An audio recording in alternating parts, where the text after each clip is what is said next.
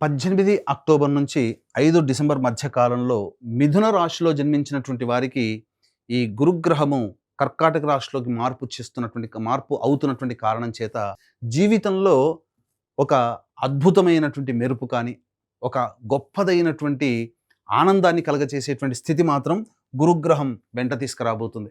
ఇది ఒక రకంగా చాలా శుభ పరిణామం అని చెప్పవచ్చు. ఇప్పటివరకు జీవితంలో ఎన్నో ప్రయత్నాలు చేశాం.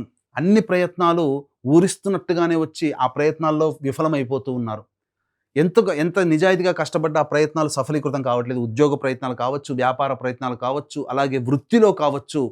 ఎంత డెవలప్‌మెంట్ అవ్వాలనుకున్న డెవలప్‌మెంట్ కానీ అనేటువంటి పరిస్థితి నుంచి ఈ గురుగ్రహము ఒక్కసారి జర్కిచ్చినట్టుగా ఈ 18 అక్టోబర్ నుంచి 5 డిసెంబర్ మధ్య కాలంలో ఈ 48 రోజుల పాటు ఉండేటువంటి సమయం మిథున రాశి వారికి అదృష్టాన్ని అనగా లక్ష్మీదేవి ఇంట్లో తాండవిస్తున్నట్టుగానే చెప్పవచ్చు.